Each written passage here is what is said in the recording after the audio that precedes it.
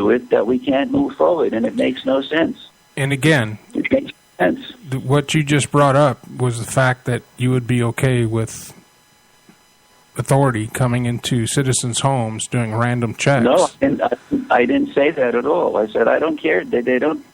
I said it didn't matter to me, and they don't have to come into your home. But if the gun was stolen and used, then you would be, an accomplice. Well, if the gun's stolen, whatever the term is. And again, if the gun's stolen, it was taken without your consent. You did not aid in the person using that gun. If you report it after it's stolen, that's the slippery slope. So if someone breaks into my house with a blowtorch, gets into my gun locker, takes my guns, I come home, see the guns are missing, report it to the police, give them the information from the firearms that were stolen. Now I got to sit around and hope this guy doesn't kill somebody because I could go to jail for murder?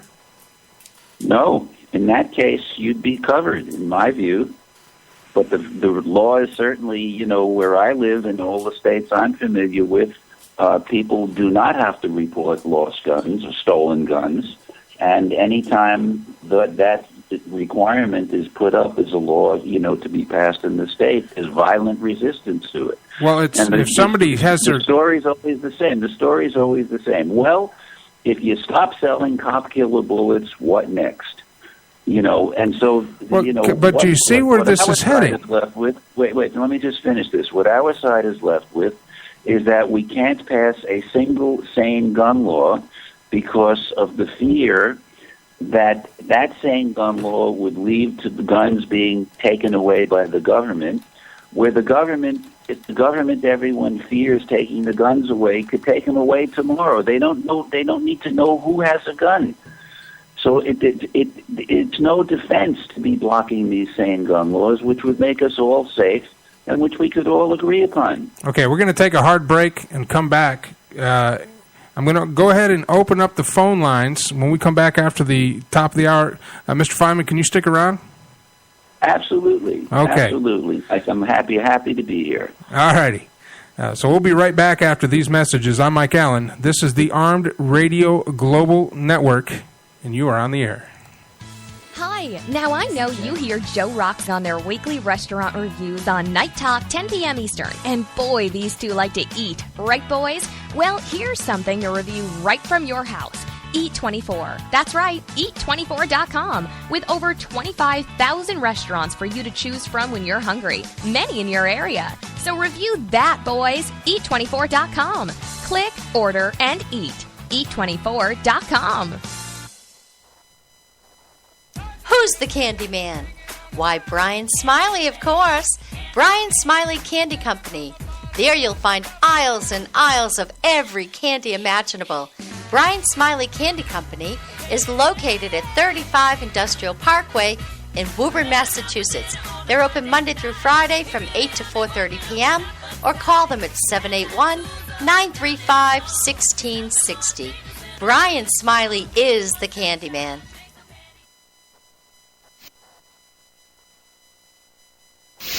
Is your wife wicked hot?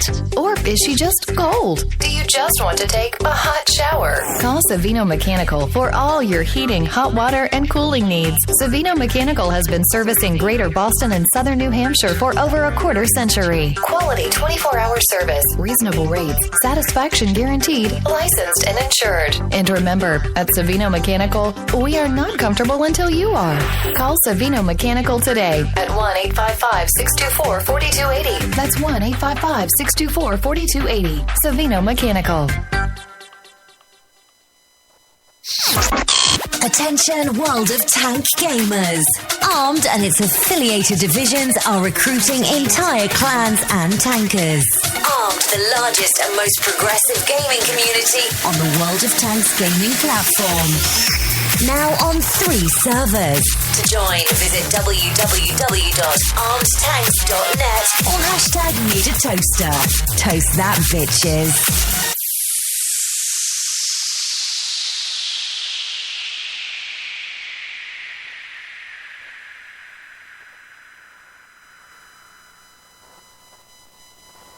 Who's the Candy Man? Why, Brian Smiley, of course. Brian Smiley Candy Company. There you'll find aisles and aisles of every candy imaginable. Brian Smiley Candy Company is located at 35 Industrial Parkway in Woburn, Massachusetts. They're open Monday through Friday from 8 to 4:30 p.m. or call them at 781-935-1660. Brian Smiley is the Candyman. Is your wife wicked hot? Or is she just cold? Do you just want to take a hot shower? Call Savino Mechanical for all your heating, hot water, and cooling needs. Savino Mechanical has been servicing Greater Boston and Southern New Hampshire for over a quarter century. Quality 24-hour service, reasonable rates, satisfaction guaranteed, licensed and insured. And remember, at Savino Mechanical, we are not comfortable until you are. Call Savino Mechanical today at 1-855-624-4280. That's 1-855-624-4280. Savino Mechanical.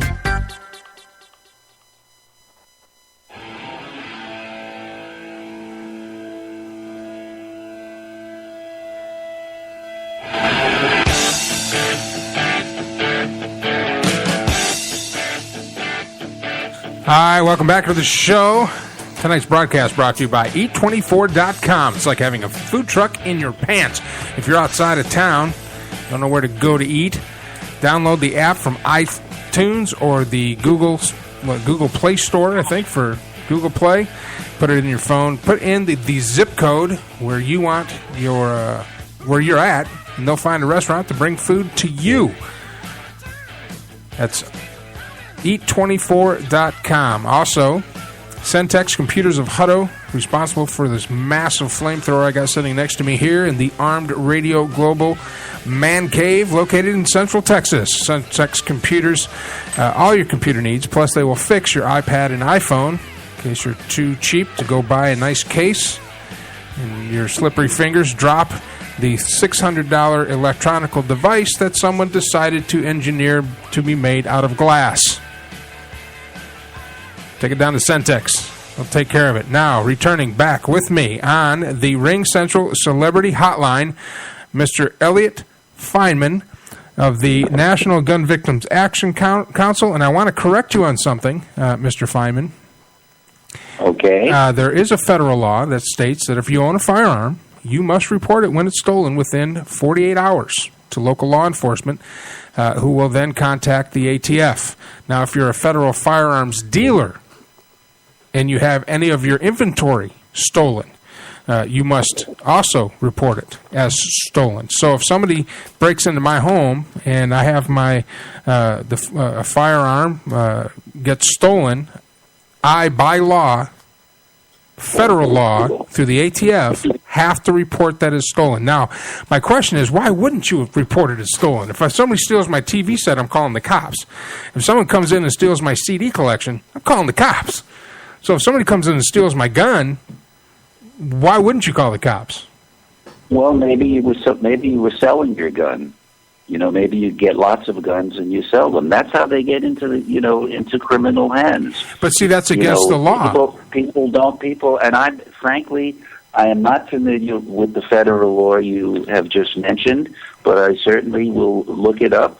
I know in many states we've tried to get requirement that you must report a stolen gun, and we can't get it passed. If Mr. something exists at the federal level, I can't imagine, why it doesn't exist at the state level. Well, it's a federal. I look it up. It's a federal law. It's a federal law. Yeah. Well. So if it doesn't exist at the state, we've had on the ballots of different states, the requirement to report lost, stolen guns. And I mean, you do understand that if it's federal law, the states aren't required to make a redundant law. Yes.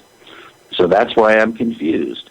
Do you have a site for what the law, the number of the law is? It's the ATF site, Bureau of Alcohol, Tobacco, and Firearms, and it's under Report Firearms Theft or Loss, and it's under 27 CFR 478-39A. Hold on, you went too fast. 27 CFR 439-A. 478. dot 39A. The implementing section is 923G6. Okay, well, I'm going to speak to one of our advisors who worked at the ATF for all those years, and we'll take a look at it. I'm frankly very happy to hear it. It's the first time I've heard it, so I'm very happy to hear that. But let me ask the law. Now I'm going to go ahead and open it up to phone lines. We're already in our last hour, and thank you so much, Mr. Fineman, for sticking around with me. You've stayed here. You've stayed here longer than I expected. Totally happy to keep going.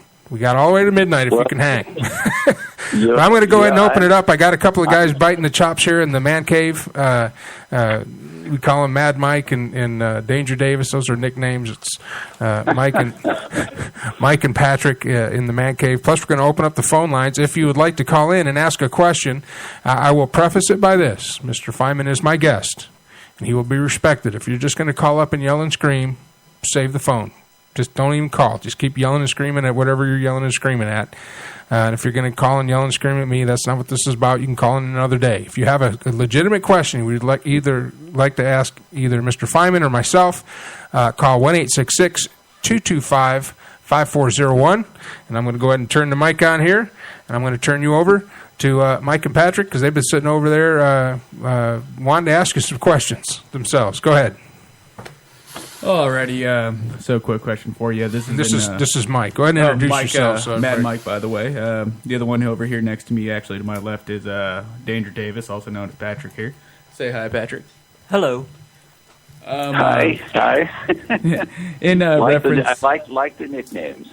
It's we all have fairly bland names, so we try to make it sound a little bit more interesting here. It's what we do. It does. It's marketing. Oh. So, what's on your mind? So, this is in reference to your smart gun law. I fancy myself as a firearm collector. Actually, a vast majority of my firearms at least 100 years old. I have a lot of them from World War I, World War II, spanning back to, Spanish-American War and everything else. So, in the fact that if one of those were to somehow magically be left in a display case in my office, I actually keep firearms locked up in a case in my office. Let's say the child that I actually do not have yet, let's say somebody were to break into my office and take that. Should I have to retroactively go and get that firearm turned into a smart firearm, even though I will probably never take that firearm out to a range in my own lifetime?